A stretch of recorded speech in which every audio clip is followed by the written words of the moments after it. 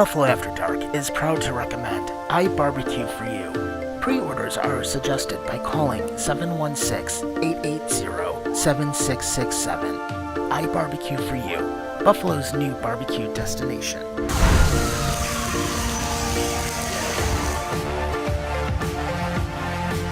Just move the Coyotes. Don't do another expansion team. Right? It never crossed my mind. So somebody called the house when I was out mowing the grass. Oh, yeah. There you go. Yes, sir. Holy shit, your face is like purple. Are you still up? Now in your fifth season, it's Buffalo After Dark. Welcome to Buffalo After Dark, everybody. It is Wednesday night, September 25th. Of course, you got myself. You got the genius boy Hanson over here. How's it going? I'm good. How are you doing this week, Tom? Not bad. Not bad. Just counting down until I make a move.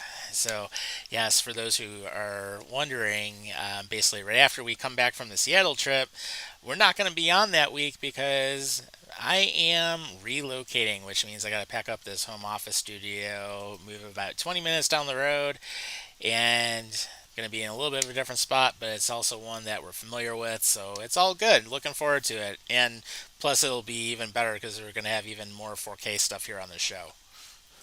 Hell yeah. I mean, you know what? I'm happy for you, man. I mean, it's a big change in life, and I think you're going to do really good things. Mm-hmm. Yeah, for sure. And of course, I'll have a little bit downsized from what I have now, but it's actually not a bad thing. It'll be a lot closer to different things. And actually, to watch a hockey game, it's only going to take me maybe 20 minutes to drive downtown Buffalo, so that'll be good. And then of course, hey, have a nice little pad for people that want to stop by, so that'll always be a good thing. But we got a lot to talk about. We only got about an hour or so to do it, so of course, if you guys want to jump on the air, feel free. 929-205-6099. We are live on YouTube as well as Facebook, and let's jump into the first thing, and that is going to be the total ass kicking that we got to witness as we watched the Jags lose to the Bills 47-10 on Monday Night Football. And all I can say, all three phases of the game, beautiful. Josh Allen 5 for 5 in the first half with his opening drives. James Cook, total domination on the field. Von Miller is back to form. He had a sack, so he's had 3 sacks in 3 games now, which is great to see. And here's one of the other things that I've noticed too. He's spreading the ball out a lot more. It's not all about Diggs. We don't have to worry about that crap anymore.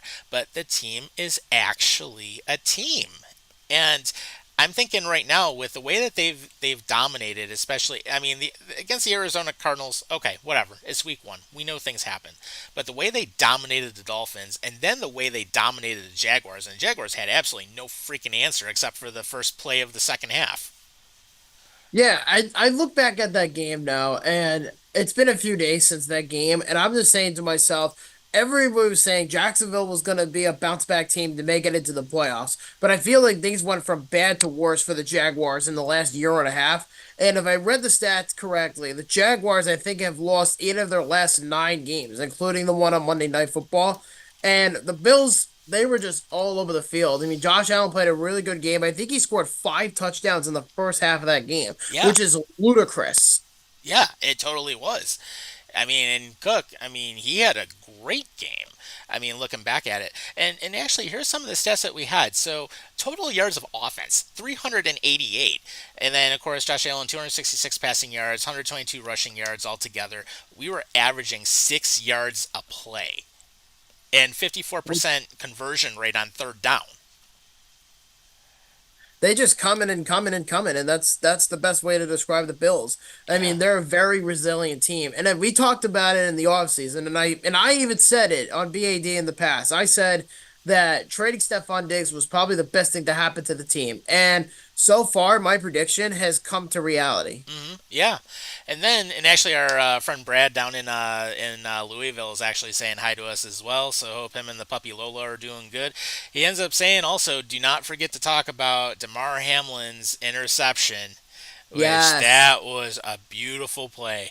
And it was interesting because I ended up reading the Reddit for the Jacksonville Jaguars after the game. Oh my god. So here's what they did. They called it the post-game Reddit in the second quarter. That's how bad it was. And then basically the way they phrased it is Damar Hamlin came back from being dead to actually kill the Jaguars on the field. Yeah, that Hamlet interception was more like a Make-A-Wish Dream Foundation move, in my opinion, for the fact that he came back from the dead and just for him to get his first interception in the NFL. I mean, that's a hell of a thing to do. I mean, 2 years nearly after facing death, and here you are. You're basically, picking off an interception from Trevor Lawrence of all people on Yeah. prime time. But I do think that there were some players that definitely stood out from the crowd. Like guys like Khalil Shakir, Dalton Kincaid, Hmm. James Cook, and of course Keon Coleman of all people came in play and all scored touchdowns. So it was a really good offensive game. Defense was spectacular. Eh, How much more can you say about it? I mean, it was just a near perfect all around game. Yeah, it truly was. And of course, I mean, Allen didn't get hit barely, so that was good. I mean, Trevor Lawrence looked like he was just totally lost, and I'm almost gonna call it right now. I think he is a bust with the offensive line that he's got on him. But how about the fact Gabe Davis freaking bawling his eyes out on the sideline, probably wondering why did he take the deal with Jacksonville instead of staying here? Well, I mean, again, like Diggs, I wasn't really nervous about Davis leaving because I knew the consequences about him leaving. Yeah, But again, the offense did perfectly fine on its own without Diggs or Davis. right. So, in a way, it benefited the Bills even more. It did. It did. And then when you look at how the defense was against them, I mean, for anyone wondering right now, I mean, our defense is banged up, and we're playing at this level with second and third level guys in there. So just picture when the defense is fully healthy, how sick that can be. Yeah, chances are we'll probably see a fully healthy defense, knock on wood. Hmm. Yeah, probably like towards the end, like as we get like midway through the season or part of the way through. I mean, it's going to be interesting to say the least.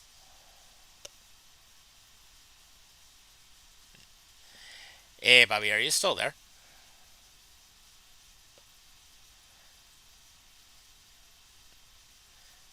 Bobby, did your Wi-Fi screw up? Okay. Well, I think it's probably yeah. It's safe to say his Wi-Fi is total ass again. So I mean that's always great. But of course, a lot of good things that we can definitely take a look at. Ah, there he is. Yeah, sorry about that. My Wi-Fi was all fucked up. Yeah, I was gonna say that's like a couple weeks in a row now. Yeah, it's insane. I mean, the Bills are just lighting it up, and it's great. And wait till the defense gets fully healthy, like you were mentioning.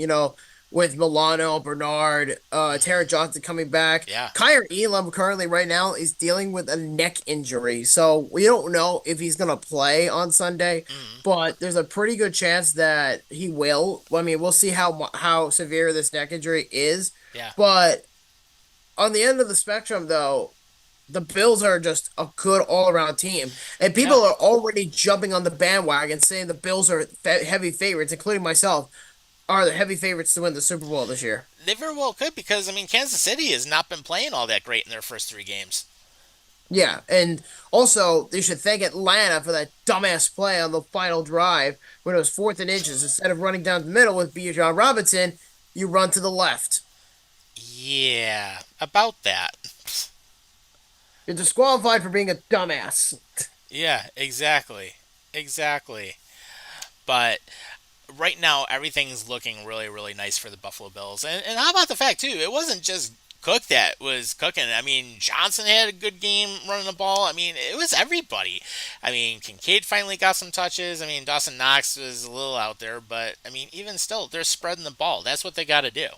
And of course the Jaguars forgot that Allen can run. Right, right. And again, the offense I think has gotten so much better without Gabe Davis or Stephon Diggs. Like they don't even need those guys anymore. They got all these young guys that they have on the team currently, and they're all cheap, by the way. So Yeah. guys like Shakir, Knox, Kincaid, Cook, you name it. Coleman's a rookie, Yeah. so that's that for sure. Yeah, he And had a touchdown for the yeah, for the one carry he actually had, or one catch. yeah, yeah, apparently Keon Coleman did not play in the first two drives of the game on Monday because he was apparently late for being a rival for the game. Yep, punishment. Got to sit on the bench. Yeah, and a lot of people are fear mongering about, oh, is he another Stephon Diggs? Is he gonna be anything like Stephon Diggs, or is he gonna be a distraction? Is he gonna be a diva? And I'm just saying, guys, he's a rookie. Let him learn. Right. Jesus, Exactly. He took his punishment like a man. He went out there, caught the ball, and scored. There you go. Lesson and that's the learned. way it's supposed to be. Exactly. Lesson learned. So that was good to see. And then on top of it, I mean, pretty much anything else that could have gone wrong for the Jacksonville Jaguars did. How about when they decided to pull Trevor Lawrence, put Mac Jones into the lineup, and Oh then God, Mac Jones' first play, he ends up fumbling the ball. Mac Jones fucking sucks. I mean, we already knew that though. Yeah. I mean, I think it's safe to say at this point, he sucked on the Patriots. He sucks for the Jaguars. He's just a bust. He's really not that good. And I think the only reason the Patriots even made the playoffs that year when they played the Bills was because of a weak schedule towards the end of the season. That's the only reason why New England made the playoffs. Yeah. Very true. Very true. But that being said, let's go around the NFL a little bit too, because we do have a few other things that we do want to talk about, and obviously it's we just want to cover some of the other scores before we get into hockey in the second half of the show. But with everything that we ended up seeing, and actually, let me go ahead and for some reason, well, actually, let's start with this. Let's talk about Kansas City and Atlanta because that was the first game that we ended up bringing up. Well, Kansas City Atlanta was a pretty good game, especially towards the end. A lot of people thought the Falcons were going to come back, and they pulled off that miracle play out of their ass like they did the week prior against the Eagles in week two. Hmm. And then it didn't work out that way. So now people were thinking, okay, are they going to pull the same shit they did against Philly, but against Kansas City? And they almost did. I have to give the Falcons credit, but it doesn't change the fact they still suck. It also doesn't change the fact that their play calling was god awful. Their defense has been banged up. Their O line's been banged up. Hmm. So Atlanta is just a walk. Is like a chicken without a head. It's just running around doing its own thing, but it has no direction. Yeah. And then how about this? The Jets actually have a winning record. They actually won 2-1 again. They're actually at 2-1 right now, beating the Patriots 24-3. Which, of course, I mean the Patriots absolutely suck this year. So I mean it's almost no surprise, but they actually do get a win. It's a given win, I guess you could say, for the Jets' perspective. Yeah. And then of course the Giants and the Browns. Danny Dimes somehow survives, and both the Browns and the Giants are now at 1-2 after the 21-15 win for New York's for what we'll say is New Jersey's other team. Yeah, I would think so too. I mean, the Giants against the Browns. Oh my God. Yeah, Giants played a decent game all around. Was it the best? No, but I definitely think the Giants stood on their own. And Deshaun Watson looks like absolute shit. And we actually do have a topic about Deshaun Watson, Yeah, which we'll get to in a we'll bit. get to in a little bit because there's some interesting things coming out of the Browns right now. So we'll definitely cover that in a few moments. Then the Colts and the Bears was actually a pretty good game to take a look at also. I mean, both teams are now at 1-2. The Colts hang on to beat the Bears 21-16. Richardson, I mean, yeah, trial by fire, but he's actually not as bad of a QB as what we're thinking. But still, I mean, we knew that was going to be a close one to start. And then how about the Vikings whipping the shit out of the Texans 34-7? What is going on with the Vikings? That's what I want to know. I know. It's like, what is it, the number one defense in the league right now? Something like that. And Or top two? yeah, and apparently Sam Darnold looks like Tom Brady on the Vikings. How? It's like, what the hell did O'Connell pull out to make Darnold actually look relevant again?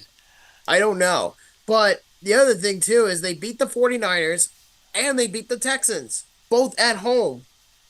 That's crazy. And I get it, the 49ers don't have CMC, but even still, the 49ers are a vastly better team on paper.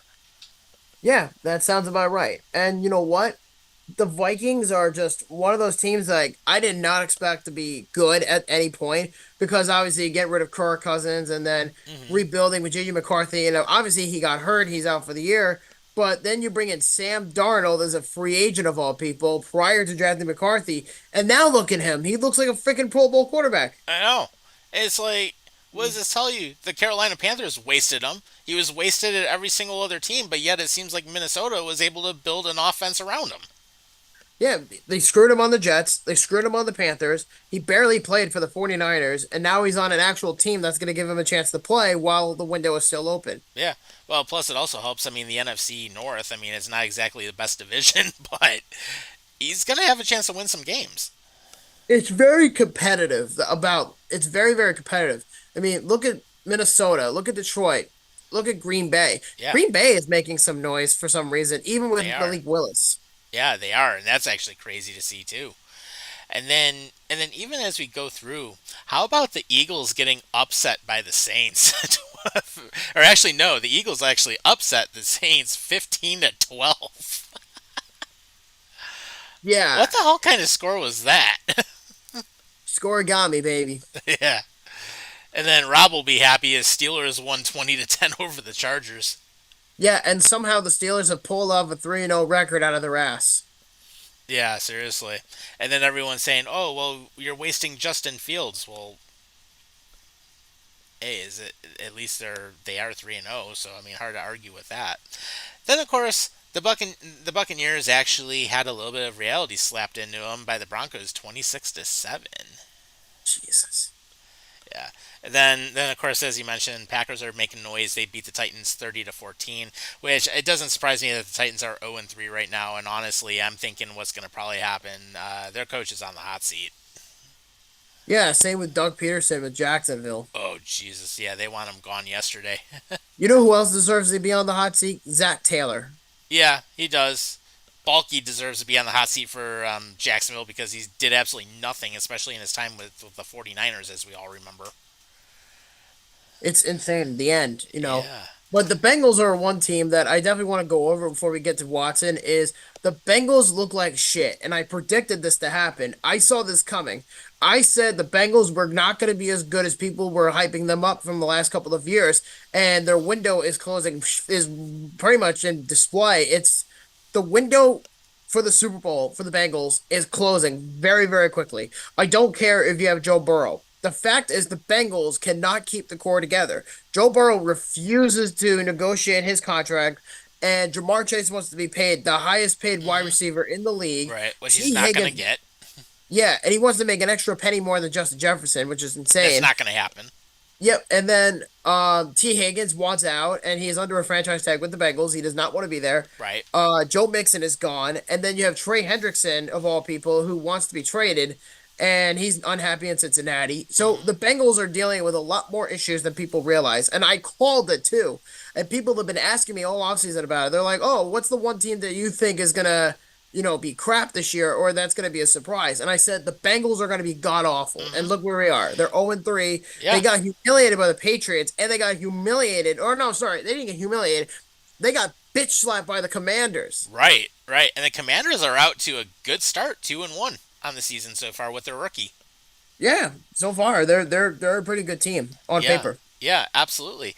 And then let's go through some of the other games real quick too, because here's one, and actually Luffy would have liked this. The Panthers somehow beat the Raiders 36 to 22. He's not impressed because Bryce Young's not playing. Right. Exactly. Yeah. Andy Dalton got the start. Yeah. And yeah, they basically just killed Bryce Young's career. So, but here, this is what I would say. Back in your old days, you would call the lull cow of the week, and that is the Seahawks whipping the shit out of the Dolphins 24 to 3. Which basically the Seahawks are 3-0 to start the season, and the Dolphins are 1-2. The Dolphins are screwed. They are Yes, screwed they and are. retired. They are screwed. No Tua. Skylar Thompson's injured. Mike McDaniel is proving that he can't carry a team with this system. Tyreek Hill's getting old. So really, the only one that's going to probably be around for a while is Jalen Waddle. And people And have that's already if he speculated. stays. Yeah, well, Waddle's probably going to definitely stay. But the Dolphins are now in a position where they might have to blow up the team Hmm. because what they've been building for the last 4 or 5 years is not working. Tua is not the guy. And I know that those INTs in week two weren't in his favor, but think of it like this. You have Tua, who has 4 concussions in 2 years, and he runs into Damar Hamlin of all people. He should have never have done that. He should have slid, Right. and if he slid, then he Then he would probably doesn't get be his playing. bell rung. Yeah, and the game would be a lot closer. But for the Dolphins, this is not a good look for them because they're now at a point where they're like, okay, we have to compete with the Jets. We have to compete with the Bills. We cannot play like this. And yet, here they are. They're in Hmm. despair. They're going to get Tua back in a few weeks anyway, but they're not going to figure it out until maybe sometime next week where they're probably going to see a neurologist and they're going to see the severity of Tua's, condition. Like, can he play moving forward? Because I know it came out that he was outright saying, I'm not going to retire. He outright just said, I'm going to keep playing, but they don't know how long he's going to be able to come back. Right. And all these trade rumors are now coming in play for the Dolphins. So let's talk about them. Yeah, I mean, and there's only so many times you can get your head hit like the way he has, and really be able to stay within football. I mean, right now, and I will tell you, having a concussion is not fun. I had it once, and I would never want to deal with that again. Mine wasn't even that bad, but it's not one of Right. those things you want to have, and especially if you have something where you're looking at like a two or like grade two, grade three or whatever. I mean, that is not pleasant. Yeah. Nothing like And feeling your brain shaking around in your head. I wish him a speedy recovery, but the Dolphins are deep shit. So there have been 5 quarterbacks that have been linked to the Miami Dolphins within Right. the last week. Funny And thing those is, Mac names, Jones being one of them. yeah, Mac Jones from the Jacksonville Jaguars. Yeah. Zach Wilson is another one. Yep. Russell Wilson is another one. Dorian Thompson Robinson from the Browns or DTR. He's available. Jimmy Garoppolo was the most recent one. Right. And the one that a lot of people have been talking about as of late is Bryce Young. Bryce Young on the Dolphins probably would actually be a decent fit. They could build an offense around him. But the problem is, he's only played 3 games in the regular season.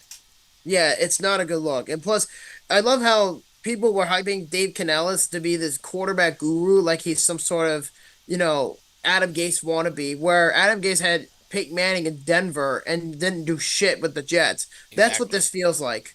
But and he was able to revive Baker Mayfield, but now he's trying to do that with Bryce Young.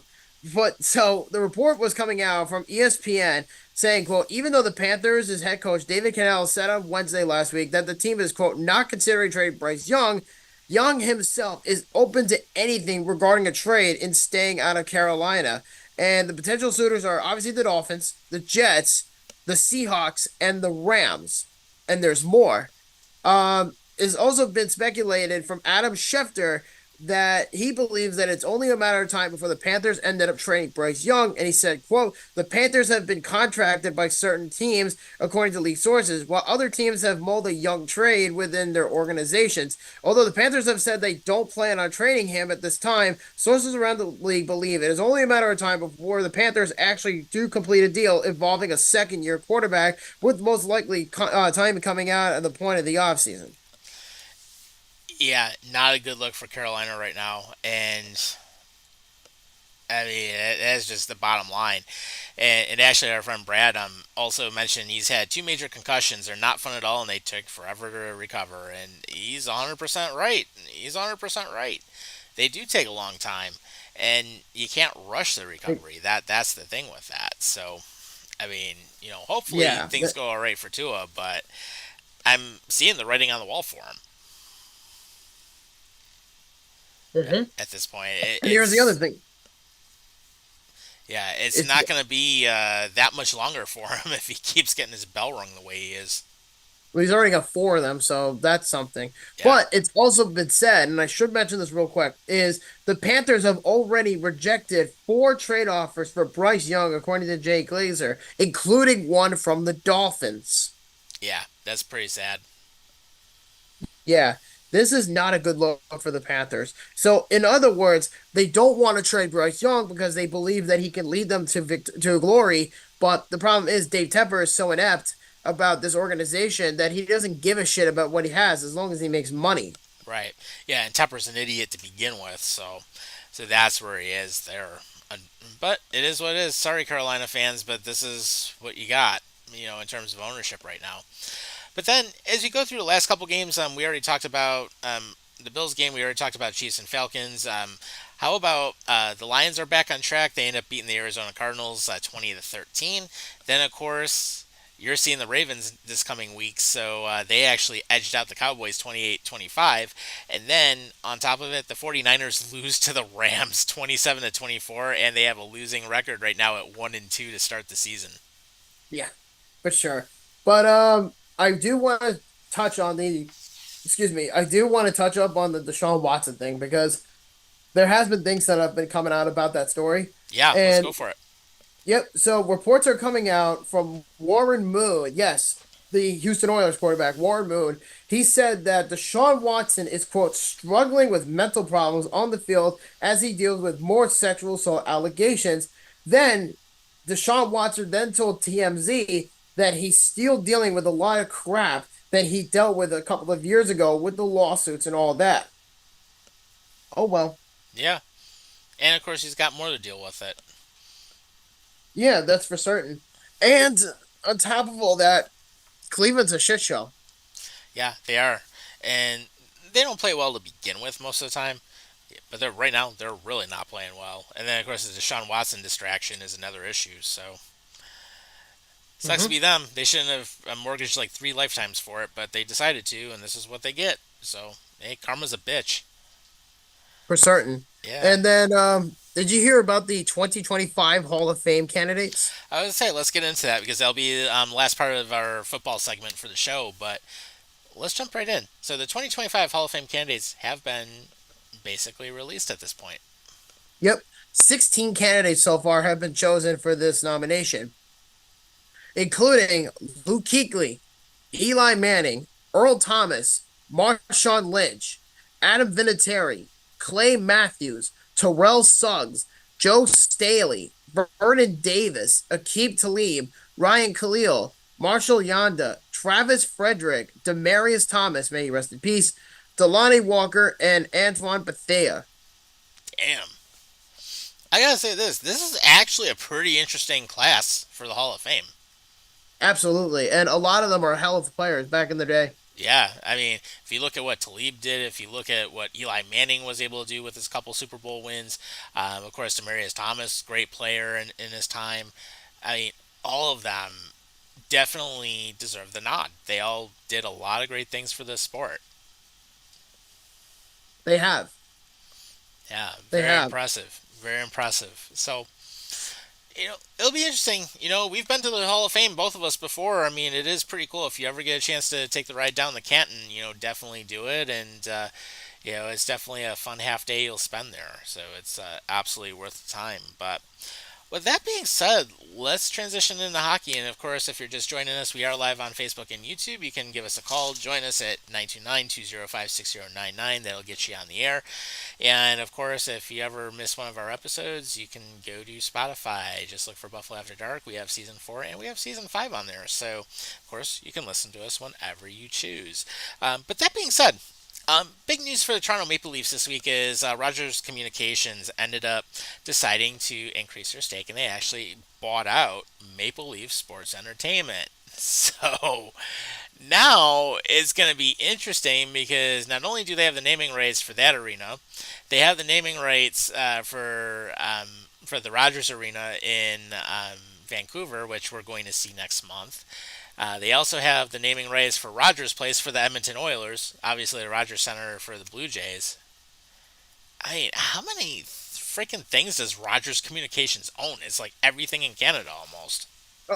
Oh yeah, for certain. So for those for the context, Rogers Communications is acquiring Bell Media's 37.5% of the stake in Maple Leaf Sports and Entertainment, or MLSE, which is including both the Leafs and the Raptors. And the sale will give Rogers 75% ownership of Maple Leaf Sports Entertainment Company to go along with the complete 100% ownership of the Blue Jays. Larry Tannenbaum currently owns the remaining 25% of the company, and the purchase is for Canadian dollars of $4.7 billion.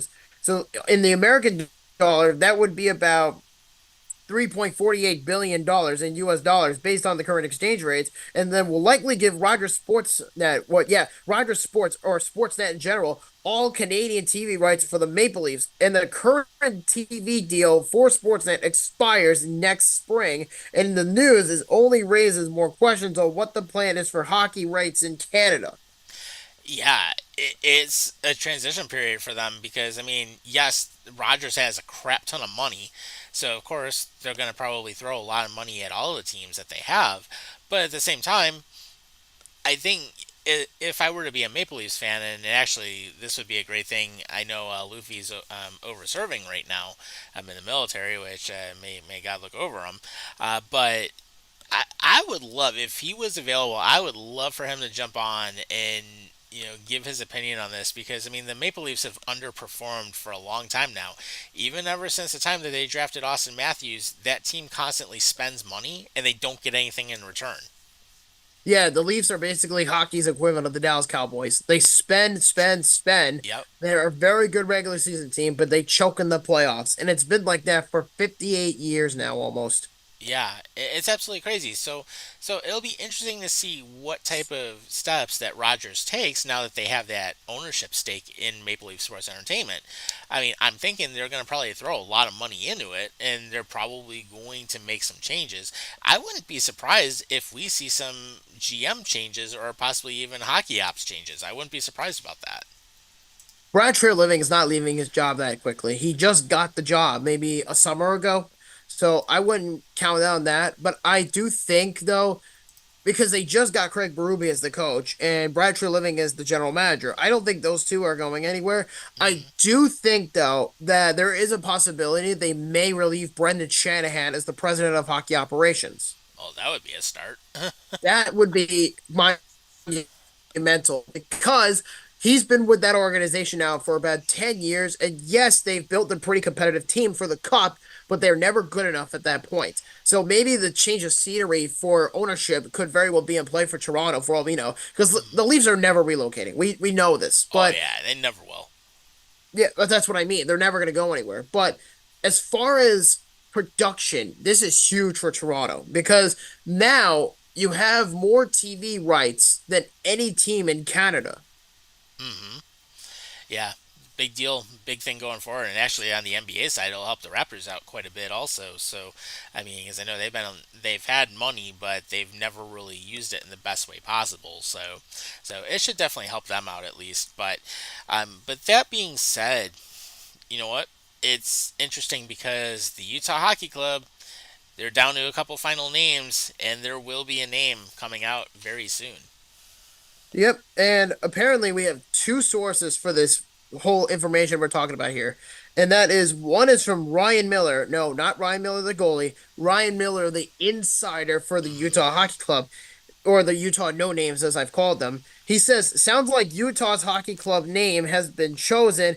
And according to President Chris Armstrong, quote, it's been very clear to us what our fans would like to be us to be called. And I'm not in a position or prepared for that matter to tell you that what it is today. So in other words, they have a name, but they want to keep it as a surprise, which it's not a bad thing. I mean, considering that you're trying to sell a market hmm and you have a Utah hockey jersey. I mean, yeah, I know it's temporary and it's only for this coming year, but if you have an identity, you can very well release the team name midway through the season, and then Right. next year you can actually sell merchandise. hmm It's very true. And of course, for anyone who remembers what the some of the final names were, I'm gonna throw in just a thought, and I'm gonna say it's either it could be the Utah Mammoth, which I think would work pretty well,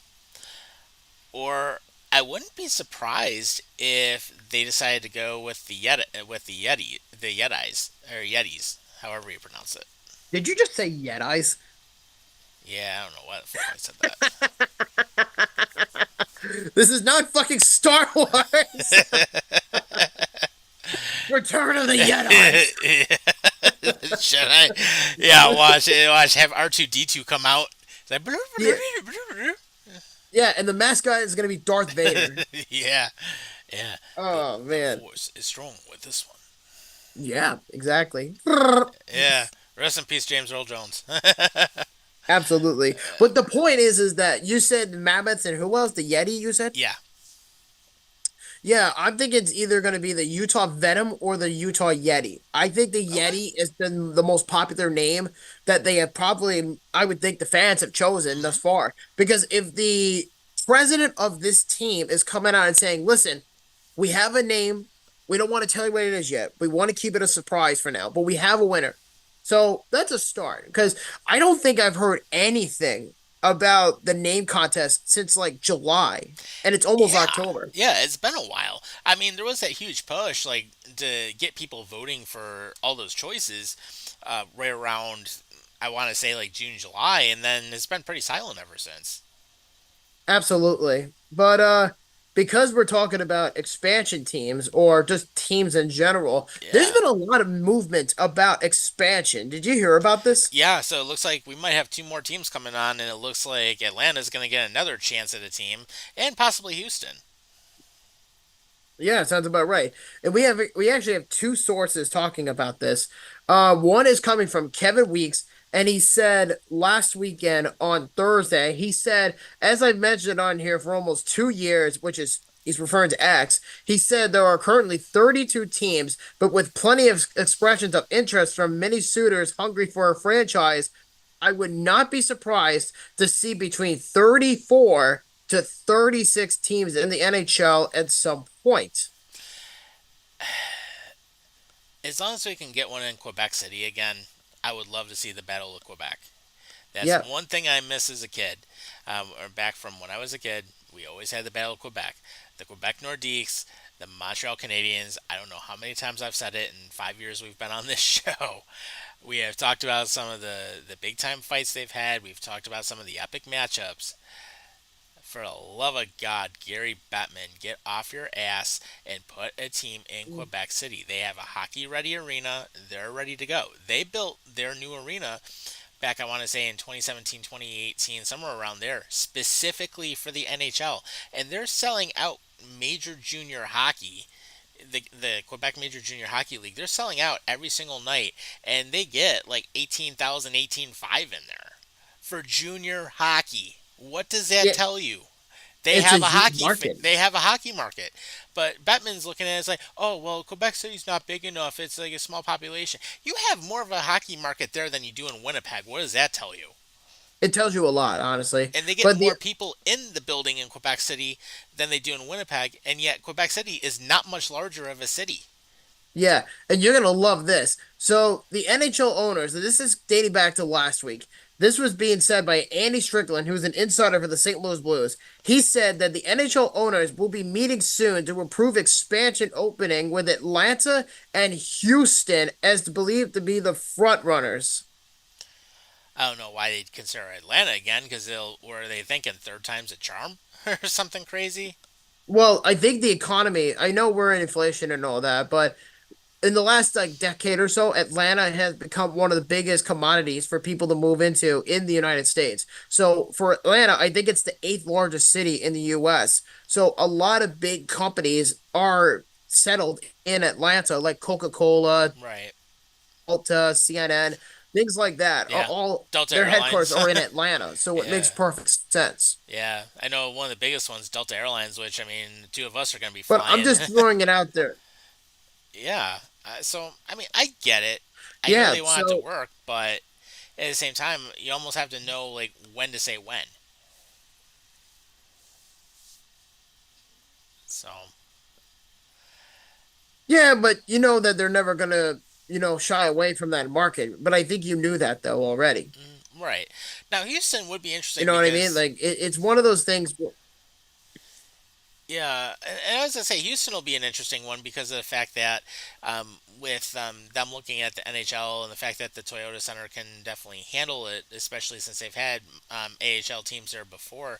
I mean, Houston surprisingly actually does get a lot of hockey fans there, and they actually do have a pretty decent market.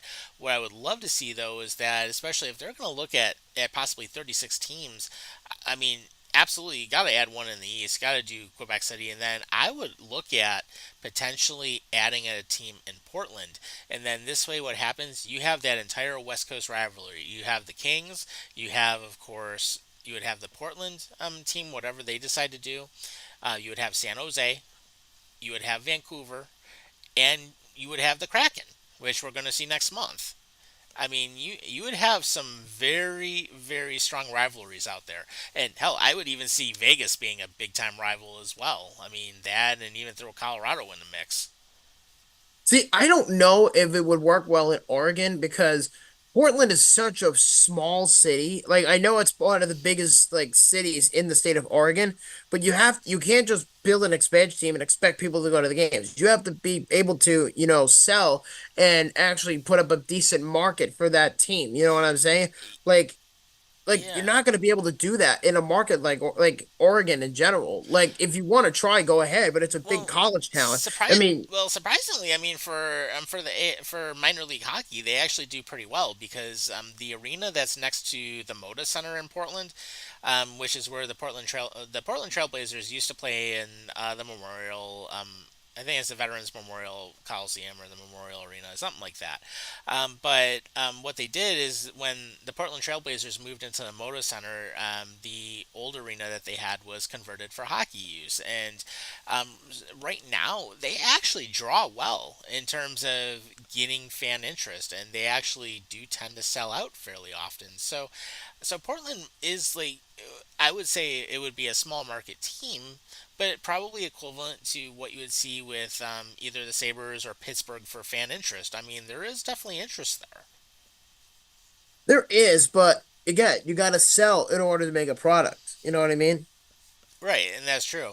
I mean, and Seattle's done a great job with it. I mean, look at their in-game entertainment. Vegas is probably the absolute best in the league when it comes to in-game entertainment and selling because, I mean, they've been selling out since day one. And that team in the desert actually has done really well. Now, it also helps that they've won a Stanley Cup and they've been to the Cup Finals twice in like 6 years. But at the same time, they don't sit around and hope something's just going to pan out. They actually tweak things and they make it work.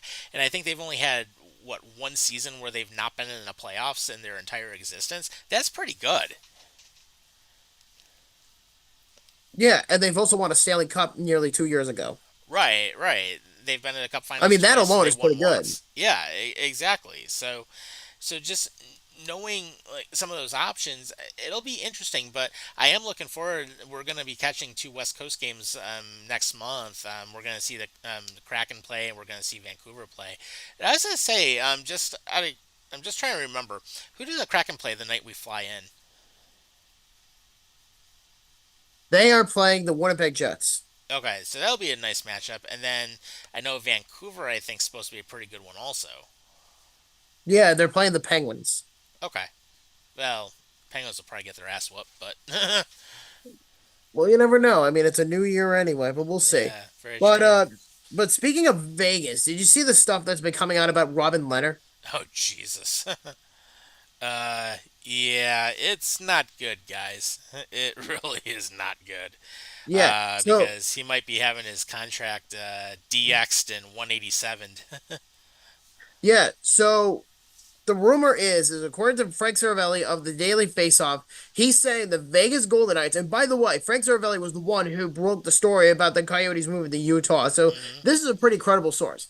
Yeah. So Frank Saravelli is saying the Vegas Golden Knights are expected to meet with the league about the possibility of terminating the remaining contract of goaltender Robin Leonard, and he missed all of yesterday's mandatory meeting yesterday, as in last week on Thursday during training camp. So he missed last Thursday's mandatory medical exam and is expected to be on long-term injury reserve to at least start the season. But the league requires all players, quote, unfit to play, show up, and do the exam of the deemed LTIR eligible. but it gets interesting from here on out. So because he has not played since 21-22, where he was having injury issues and all that, Yeah. but has remained under contract for the following 2 years and has one more left to go after this season. So on top of all that, the Vegas Golden Knights with Robin Leonard, he's also missing out on $4.4 million of guaranteed money. And yeah, so it's getting ridiculous with them. And if they succeed his contract, they are free of up to $5 million in cap space and will not have the start of the 2024-25 season using LTIR. Which that's a huge help for Vegas because I mean they have had some cap issues. Yeah, they've also managed to work with the LTIR, and a lot of people have complained about Vegas saying that they cheated with the system with the LTIR thing because of getting guys like Mark Stone and Tomas Hurdle and just jamming these guys in, and Hmm. they are way over the cap. But Oh if yeah. Vegas is able to get $5 million relieved from them, then I think that's a huge win for Vegas. And plus, at this point, you don't really need Robin Leonard. They clearly won the Stanley Cup without him. Yeah, and they have good goaltending already. So they literally could cut Leonard loose at this point, and they're not going to miss anything, and they'll have cap space back. Yeah, exactly. So Vegas right now is playing with house money here, with based on Hmm. everything they've won the cup for 2 years ago, because the whole reason why Aiden Hill got to play and win a cup for Vegas to begin with was because of Robin Leonard. Hmm. Exactly. And ever since that time, Hill's been the man. Yeah, that's for certain. And Yeah. by the way, yeah, and I meant to tell you this too, and I forgot about it before I forget. Did you see the lease agreement for the Ottawa Senators for the LeBreton Flats? Yeah, they finally got it done. Yep. So the Ottawa Senators have reached a lease agreement to build a new arena in LeBreton Flats, which is a major step to finally moving the team from that shithole at the Canadian Tire Center to downtown Ottawa, which makes a lot more sense in terms of revenue. Well, right. It's basically where the building should have been since day one, ever since they opened that new arena back in I think '96 or '97. So good to see them do that. They're going to have a nice new building. It'll actually draw more people in there, so that'll be a big plus, and it'll offer a lot more. So good to see that. And then, last but not least, since we've got about 10 minutes left, let's jump into Sabres preseason because there is a lot of good things to talk about. First, the Sabres are 3-0 in the preseason, which is not something that's happened in a long time. So that's a big Yeah. plus.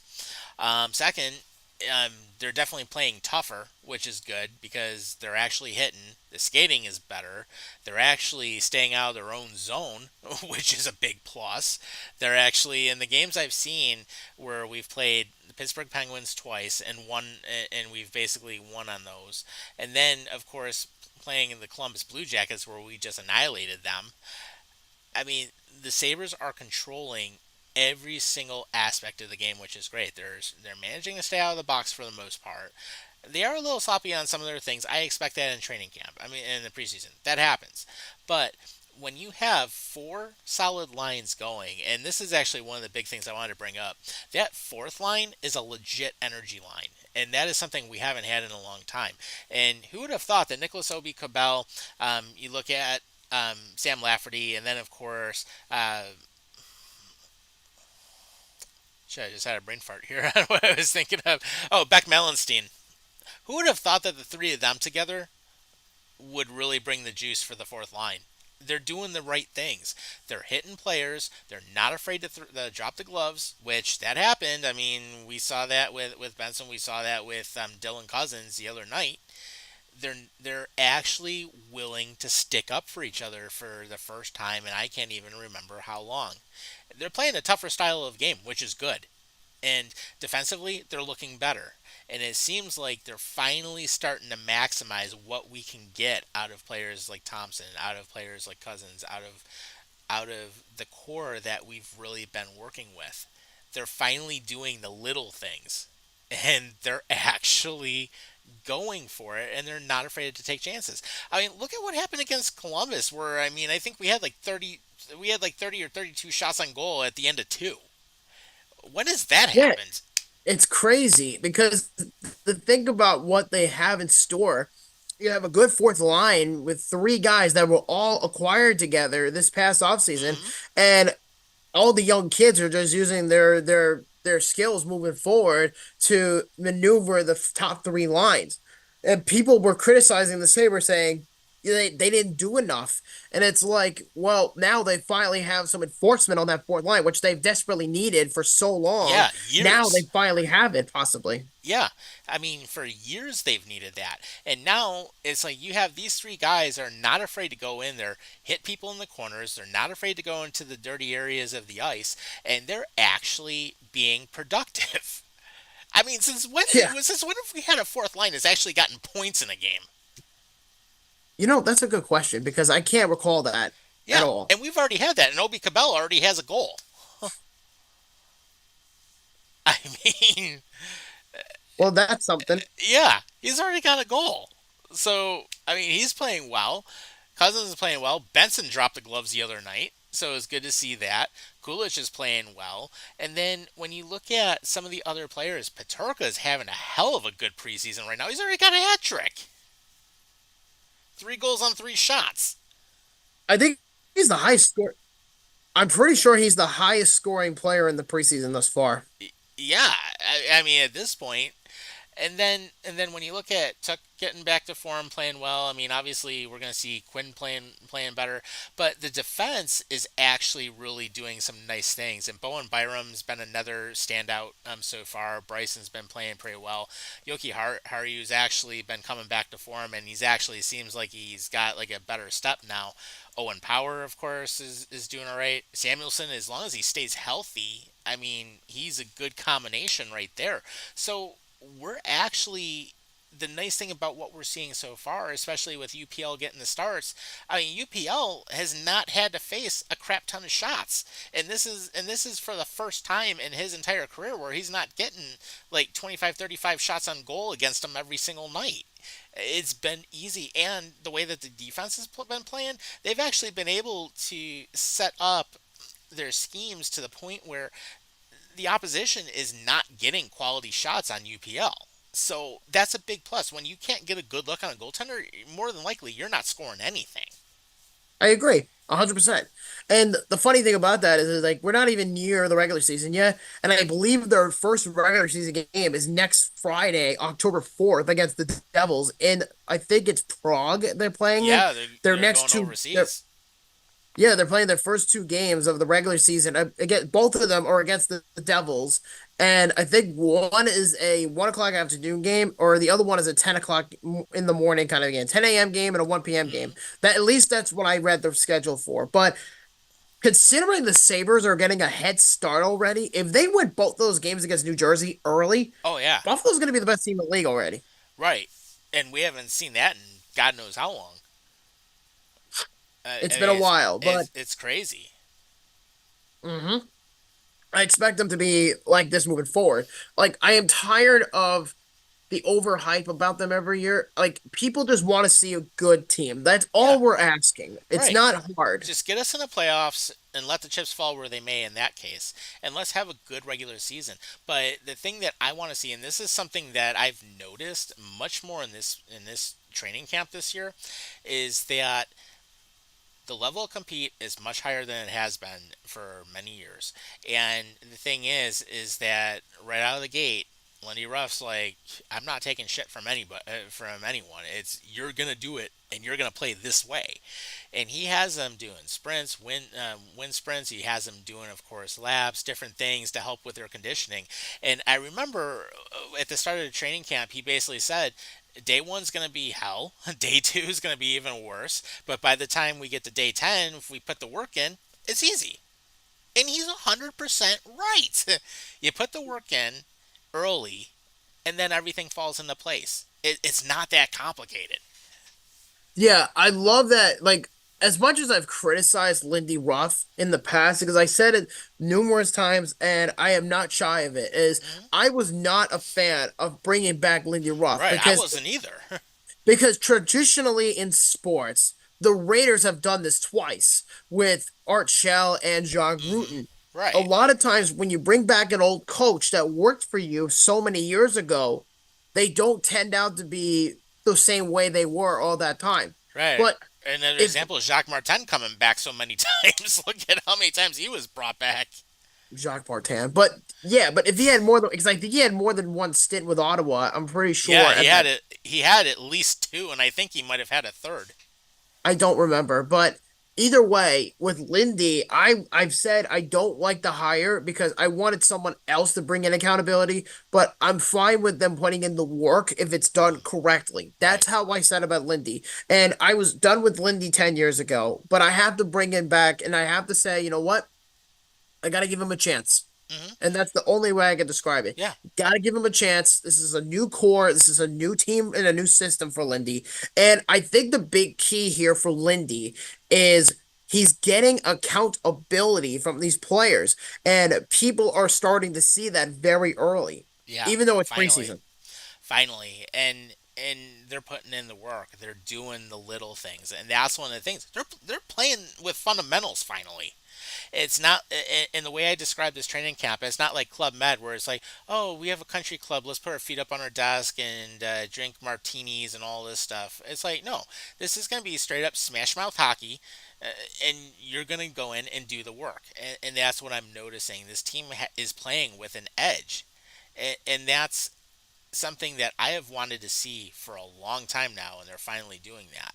I love the fact that they're getting scoring chances. They're not playing around with the puck or anything like that like they would, and they're not trying to be fancy or anything. Just shoot the damn puck. I mean, if you get the puck on net, at some point you're gonna score.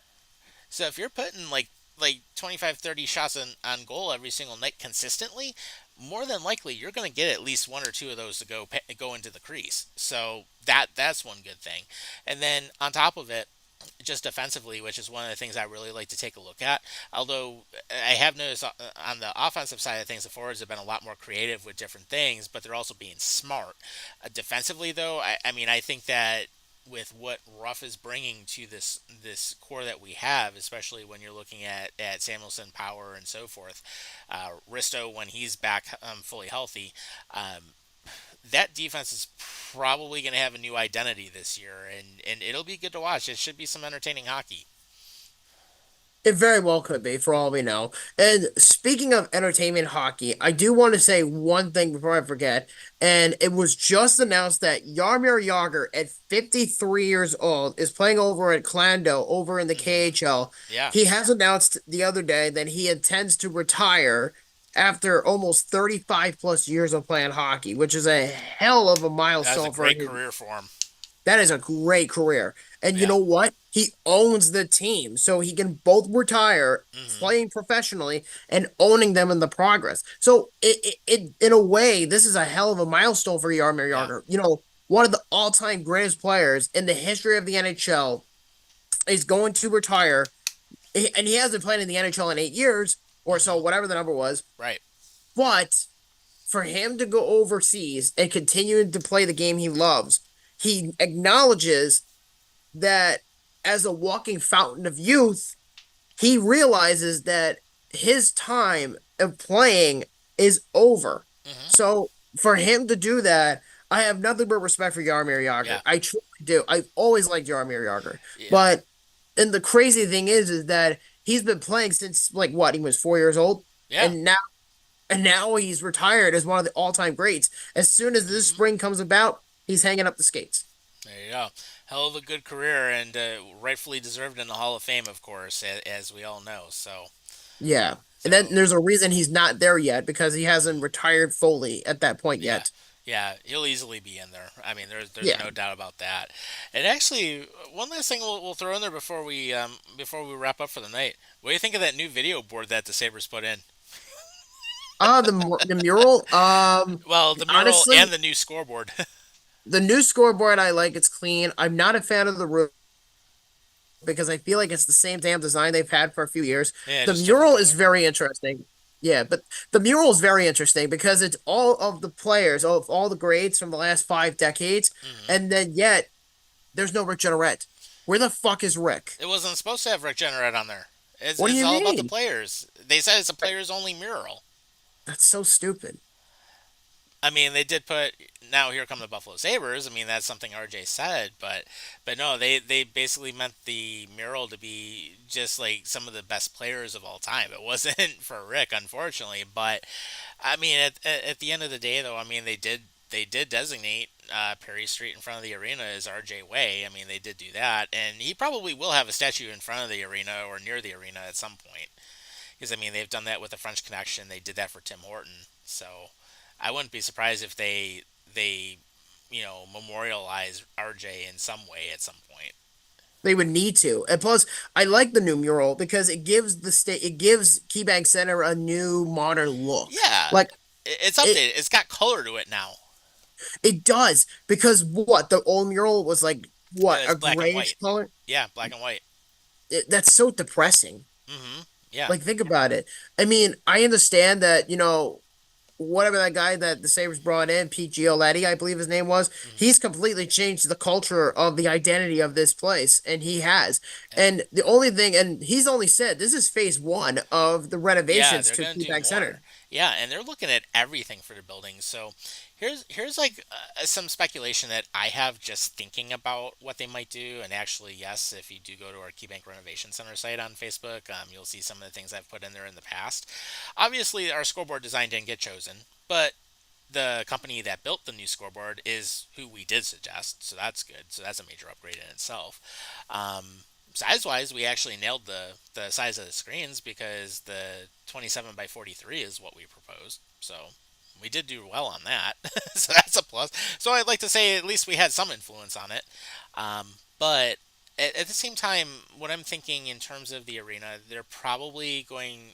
They need to replace the seats. That's probably going to be one of the next things they do. They don't have to worry about stuff leaking in the building anymore. That's all taken care of. I'm thinking you'll probably see some more premium seats like you do see in the other buildings, probably more like what you have at UBS down on the island by you. I wouldn't be surprised if Alumni Plaza is fully enclosed at some point, make it an atrium, and it opens up more space to have, for example, you could do like a Sabres museum, or you could do different things. And actually, that was one of the coolest things when we went to Arrowhead was walking through the Chiefs Hall of Honor. Yeah, the Wall of Honor was very interesting because that was only what you could see through exclusively through the hmm tour. Yeah. And by the way, why don't you tell everybody because we've already said it a while back, that we're doing Road to 32 in Seattle in the end of October, hmm right? Yeah. Why don't you tell everybody what we just did? Yeah, we're doing a tour at Lumen Field, so we're actually going to be on the field, Boom! like we There it is. like we were in Kansas City. There it is. That was what I was looking for. So, yes, for those of you who want to know, I ended up getting 3 tickets to a stadium tour for Lumen Field in Seattle when we do the Yes, Seahawks trip in the end of October. So, yes, I am beyond excited about that. yes. We are going to grace the field with our presence, just like we did in KC when the Bills won, and we were Yeah, getting and you know heckled, what? and it was all worth it. You know what? I am totally up for it. You know what I mean? You got to go into the belly of the beast and Yeah. you got to be brave. I mean, listen, hmm if I could do that going into Philadelphia in a Yeah. Bills jersey, which I Oh did, yeah. I Yeah, went and into the that's like bell. the worst city to do it. Yeah, I've done that. I was very, I That or the Jets. through a sports perspective, like a sports fan's perspective, that takes a lot of courage to Yeah. do that. It Oh takes yeah. a lot of courage. But the other thing too that I've also done it is in New England. I've done it in MetLife and Oh I've done yeah. it in New England. Yep, Yeah. exactly. And of course, New England hates Buffalo more than anyone else except for me. Well, and Philly just hates everybody outside of Philly in general. I actually disagree with that. I think the Patriots fans in general hate the Jets because of the New York Boston rivalry. I think Well, that's what it yeah, is that too. because they just view Buffalo as this like their bitch in quotation since Mm, like Brady, but they don't have Brady. Brady hasn't been on the Pats in like 5 years almost. right, right. So yeah, it'll be fun to actually be on the field Yeah, and I'm actually very see excited. everything from the ground level, which will be cool. That and plus, of course, likely go into the press conference room and all that stuff. It'll be fun. It'll be pretty cool to see all the stuff that you normally don't get to see.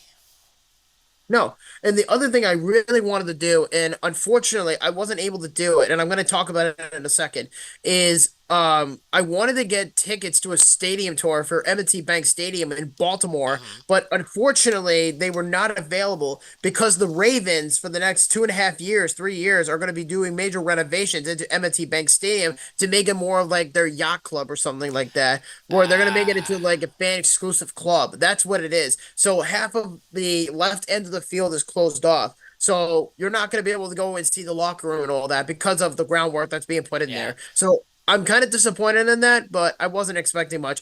I do, however, have an opportunity to do it in November, but I have to check on the schedule. In November, when Britt and I go to Indianapolis for Road to 32 Hmm. for the Colts, we have a chance to go to Lumen Field. I mean, not Lumen Field, Lucas Lucas Oil Oil Field. Stadium. Yep. Yeah, Lucas Oil Stadium. Thank you. And we have an opportunity to go on the field, but we have to see what time the tour takes place because we Hmm. really don't know yet. Yeah. Plus for that game when you're there, it'll be interesting if they have the roof open or closed for it. So It's probably going to be closed considering, it's probably going to be cold in yeah, Indianapolis. I probably. don't know, but no, I'm excited to go to Indianapolis because right now I haven't really been able to figure out a lot to do in Indianapolis. Hmm. But as far as the Colts, I'm excited to see the Yeah. Colts. I'm excited to see Anthony Richardson and Jonathan Taylor, Michael Pittman Jr., you know, those guys. But as far as Seattle, I'm really excited about doing that because, we have an opportunity to go out west for the first time ever together and see the Hmm. Seahawks and see the Pacific Northwest, go to Yeah. Vancouver and things like that. So, Yeah. all in all, I'm excited about that. Yeah, definitely. Won't be my first time out in the Northwest, but it'll actually be the first time right out the Pacific, though. I mean, I've been out in the Northwest before. I mean, I've been in Idaho and different places like that. But no, first time to Washington State. It's going to be a fun time being there. And just with where we're going to be right in the middle of everything, which is great. Yeah. And then to wrap it up, Road to 32 is coming out this weekend. It should be published by next week or so, I'm hoping. And for those of you, and I've said it before and I'll say it again for the final time, is coming up on Friday. Britt and I are leaving on the 27th of September, this coming Friday, for Road to 32 in Baltimore to see the Ravens take on the Bills in Baltimore at M&T Bank Stadium on Sunday Night Football. And let Yes. me tell you, I am beyond excited about going to Baltimore. Britt is very excited about going to Baltimore. And the fact that I'm going to get a chance to go to the Maryland Zoo, to eat crab, Old Bay crab or crab Hmm. legs in general, Yep. go to the Guinness Factory, which is the only one in the United States, by the way, in Baltimore, is the Guinness Factory. And then obviously go to the Ravens game, go to Fort McHenry, things like that. So things like that is what I'm excited for. I'm excited to see the other half of Maryland because I was just there a year ago Yeah. for my last Road to 32 in Washington, D.C. to see the Commanders last Hmm. year. And now I'm getting to go back to the state of Maryland and see the Ravens. Yeah, Baltimore is a fun time. I mean, I've been there before. I know you've been there before, so definitely it'll be an interesting thing to see. And it's like definitely have a good trip with it. And it just do me a favor, stay out of the shock trauma center. I don't want nothing bad happening to you guys. Just send me the link for that, please, so I can remember that.